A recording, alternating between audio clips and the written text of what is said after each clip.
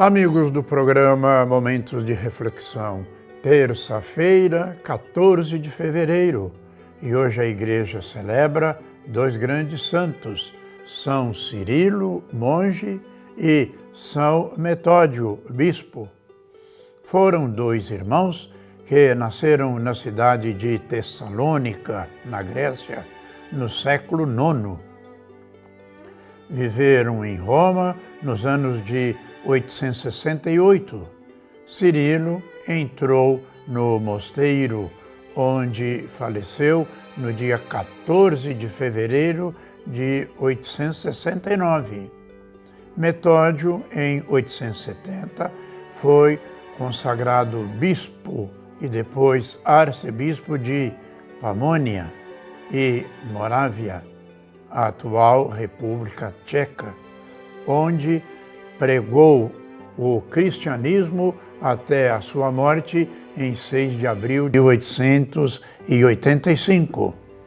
Os dois pregaram o Evangelho na Europa Central e são chamados apóstolos dos povos eslavos, por ter traduzido a palavra de Deus para a língua eslava. O Papa São João Paulo II os declarou patronos da Europa em 1980. E nós vamos meditar no evangelista Marcos, no capítulo 8, os versículos de 14 a 21. Naquele tempo, os discípulos tinham se esquecido de levar pães.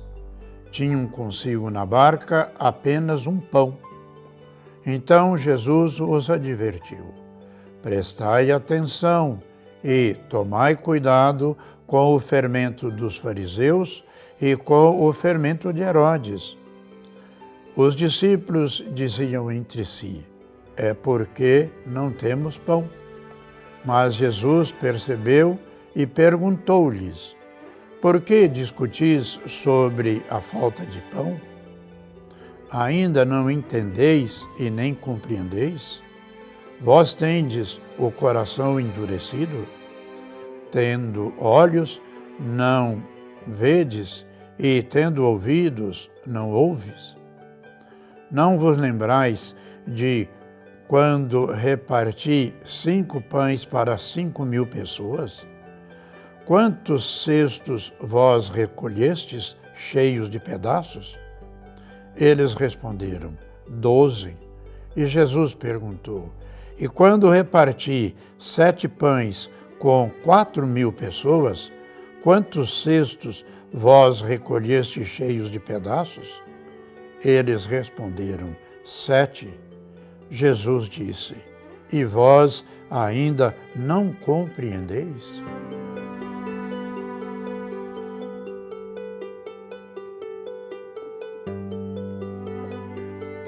Caros irmãos e irmãs, como já vimos, São Cirilo e São Metódio traduziram as Sagradas Escrituras e os textos da liturgia na língua vernácula para os povos eslavos e assim abriram o tesouro da fé para tantos povos naquela época.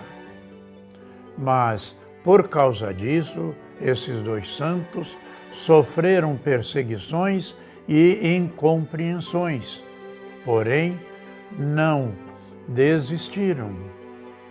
O Evangelho de hoje até parece que Jesus estava impaciente com os discípulos que, depois de tanto tempo, ainda não compreenderam. Certamente, não podemos dizer que temos aprendido como deveria ser e ainda falta muito para que o nosso modo de ser, pensar e agir seja como o de Jesus e no que Ele tem nos ensinado.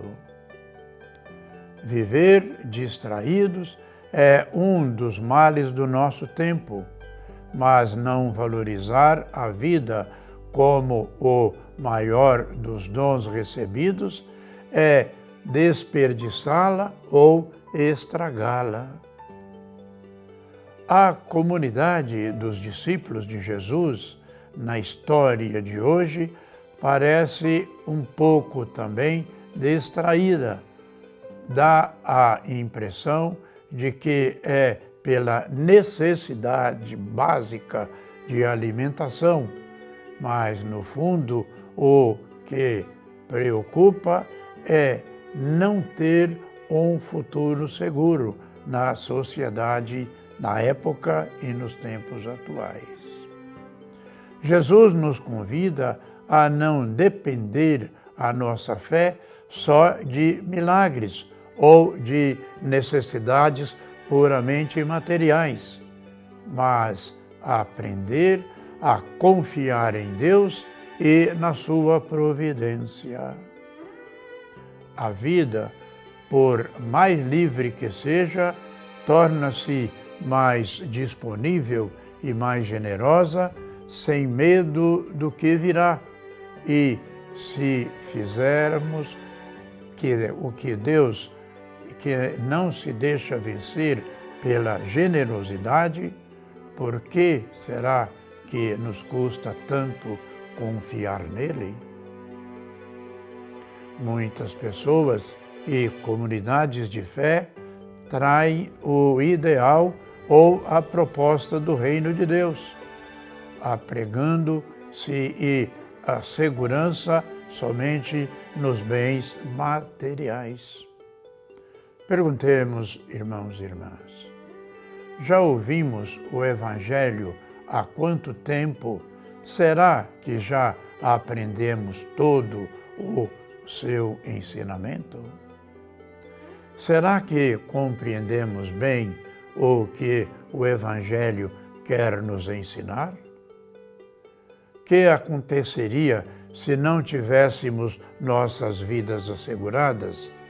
Será que continuaríamos a ser animados por causa de Jesus Cristo? Pois bem, irmãos e irmãs, nós precisamos, como aqueles discípulos que, apesar de ver tantos milagres de Jesus, ainda se sentiam inseguros. É natural no nosso modo de ser humano, com nossas alimentações, nós não temos toda essa capacidade de compreender a imensidão do projeto de Deus a respeito de cada um de nós.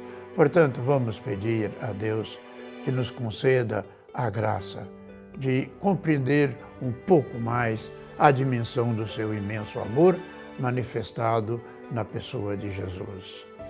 Vamos, portanto, prosseguir orando por nossos irmãos que sofreram com esse terremoto terrível. Passa de 11.000 pessoas que perderam suas vidas. Vamos pedir pelo eterno descanso de todos eles, o conforto de suas famílias que perderam tanta gente querida. Vamos pedir pela paz no mundo, pelas vítimas de tanta violência, pelos nossos irmãos enfermos, os profissionais da saúde, e que desça sobre todos e cada um de nós a bênção de Deus Todo-Poderoso, Pai, Filho e Espírito Santo. Amém.